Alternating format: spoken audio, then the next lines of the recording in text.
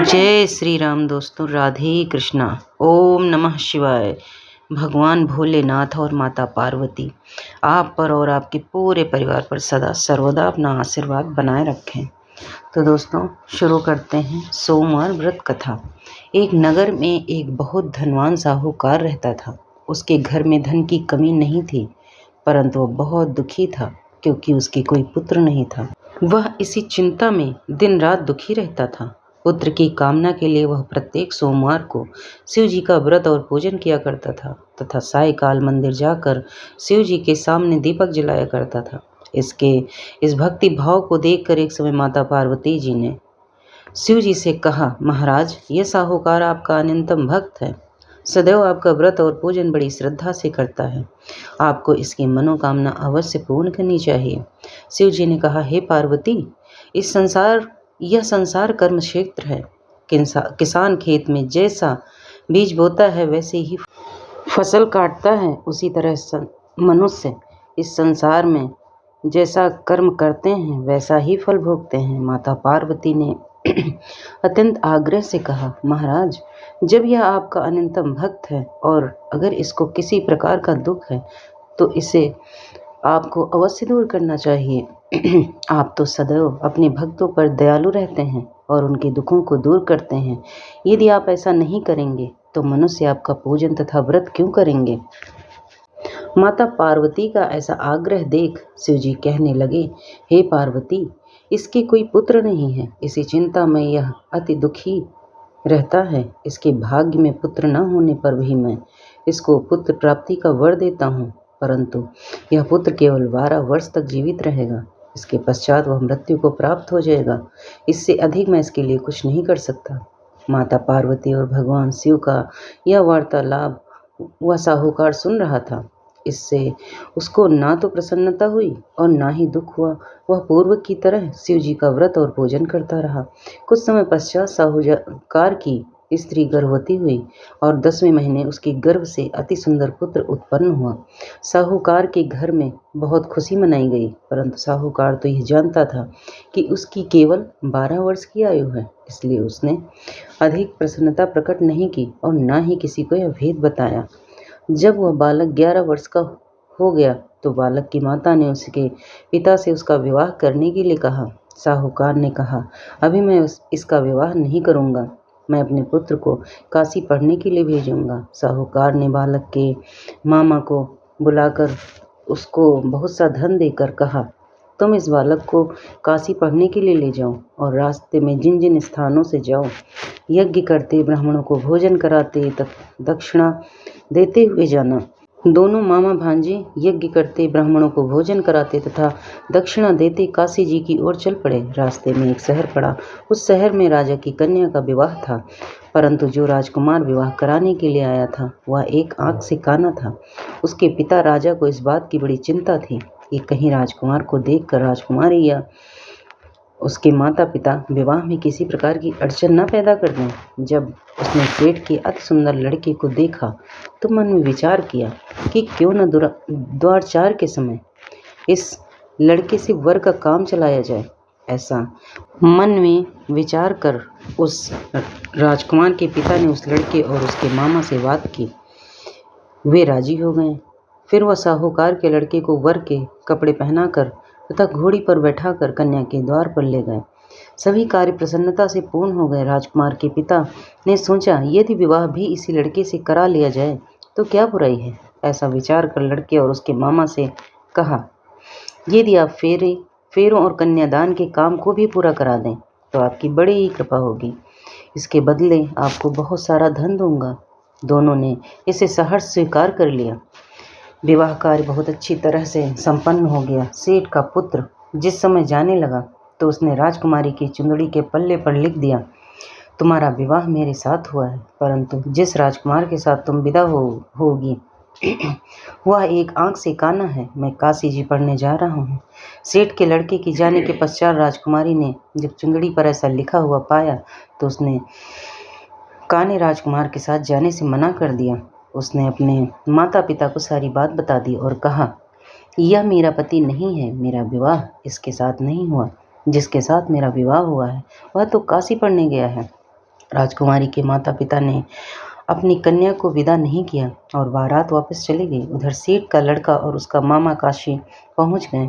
वहां जाकर उन्होंने यज्ञ करना और लड़के ने पढ़ना शुरू कर दिया। जब लड़के की आयु 12 साल की हो गई, उस दिन उन्होंने यज्ञ रचा रखा था। लड़के ने अपने मामा से कहा, मामा जी, आज मेरी तबीयत कुछ ठीक नहीं है। मामा ने कहा, अंदर जाकर सो जाओ।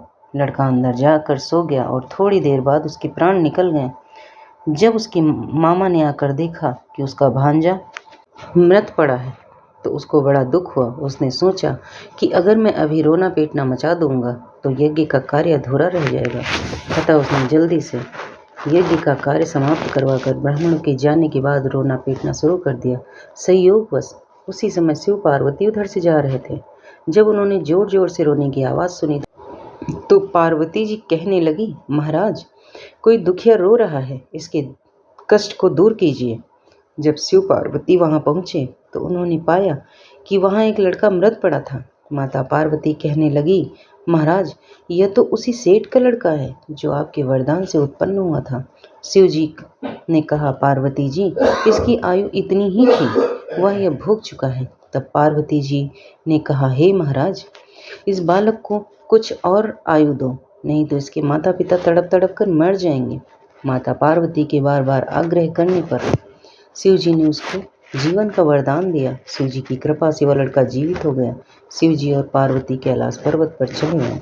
शिव शिक्षा पूर्ण होने पर लड़का और उसका मामा उसी प्रकार यज्ञ करते, ब्राह्मणों को भोजन कराते तथा दक्षिणा देते अपने घर की ओर चल पड़े। रास्ते में उसी शहर में आए जहां उस लड़के को वहां की राजकुमारी से विवाह हुआ था। वहां आकर उन्होंने यज्ञ आरंभ कर दिया। उस लड़के के ससुर वहां के राजा ने उसको पहचान लिया और महल में ले जाकर उनकी बहुत आवभगत की। फिर बहुत से दास दासियों सहित आदरपूर्वक अपनी राजकुमारी और जवाई राजा को विदा किया। जब वे अपने शहर के निकट आए तो मामा ने कहा, मैं पहले तुम्हारे घर जाकर तुम्हारे माता पिता को खबर कर आता हूँ। जब उस लड़की का मामा घर पहुंचा तो उसने देखा कि लड़के के माता पिता घर की छत पर बैठे थे।